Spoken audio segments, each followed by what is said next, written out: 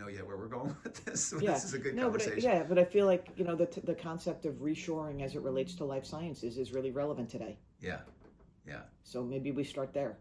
And it's reshoring, but it's also some insourcing, reshoring maybe because of that's the climate we're seeing today, but also insourcing due to some challenges in outsourcing, in just supply chains, external providers not being as reliable as expected. Yeah. In the production of drugs, and also in the testing, the analytical testing processes, not being as reliable as desired.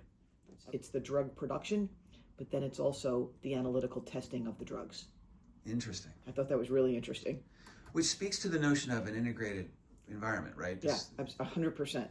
Yeah. 100%. And then it's tying together the outcome, which might be the result of some analytical tests that are run, scientific analyzers, Raman spectrometers, all of that scientific devices. Yeah. And then marrying back those data, the outcome or the result data, back to process parameters, and trying to tie that together.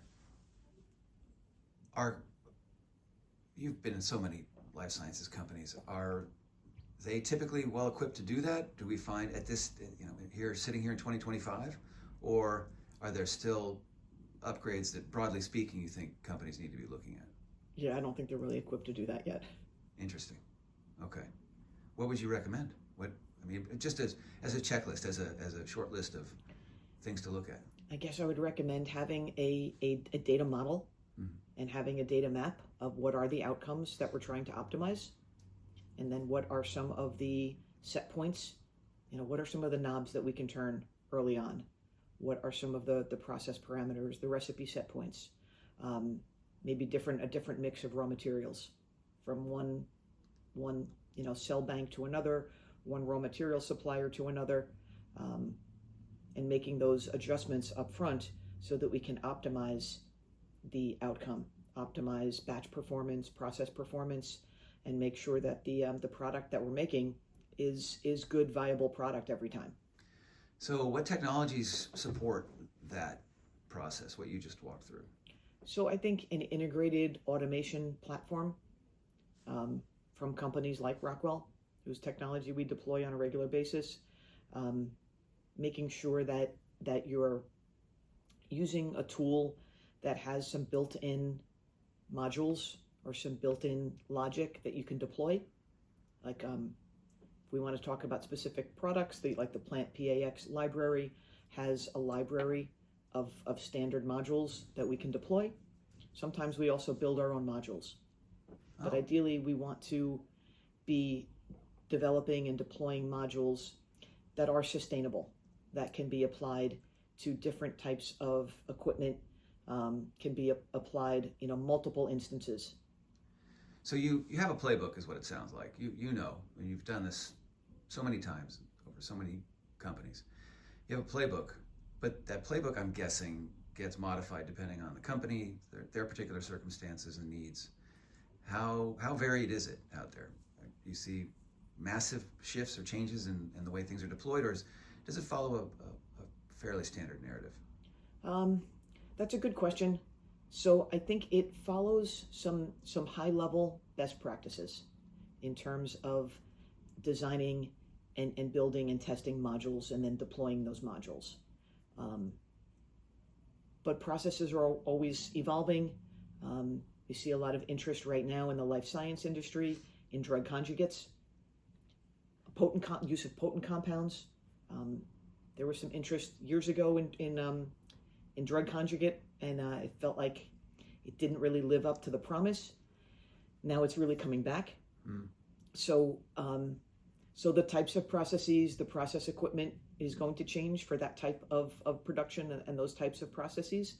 But the best practice of developing that model, based around the data, so that you can then take modules, whether they be low-level control modules, equipment modules, phases, sequences, and be able to deploy them over and over again. That best practice is common, and that is something that is repeatable and sustainable over all different types of projects. But at the lower level, the actual type of process, the process equipment, the form of lyophilization, for instance, that may change based on the specific product that the customer is trying to either develop or optimize the production for. And how often do you engage with clients and they've already done the type of planning work you're talking about, or is it perhaps the case that often you see that when we're invited in, that planning work still needs to be done, and we're involved in that? Yeah, it does vary. It varies based on when we are engaged and how much work has already been done before that. In general, I feel like in almost every case, we need to help with that and refine that and help flush out that model, flush out the mapping of the software application, the automation application, to the physical I/O, that physical mapping of those field devices, of those instruments, of those control elements, and that mapping to the software, whether it's the software modules or the higher level logic, or tags in the HMI SCADA, in the batch and the historian, that mapping of the software application and the software tags to those physical devices. So often you get into the field and there's a mismatch of what was specified in terms of the field device and a mismatch to the software. There can be a point in a sequence of operations that's important for that control logic, that control narrative to happen, that just didn't get accounted for in the field. So I think that's something where we can really help and make sure that mapping of the software tags to the actual field devices, those field points, that happens earlier rather than later. Certainly far in advance of getting into the field. Yeah, that makes sense. I appreciate it.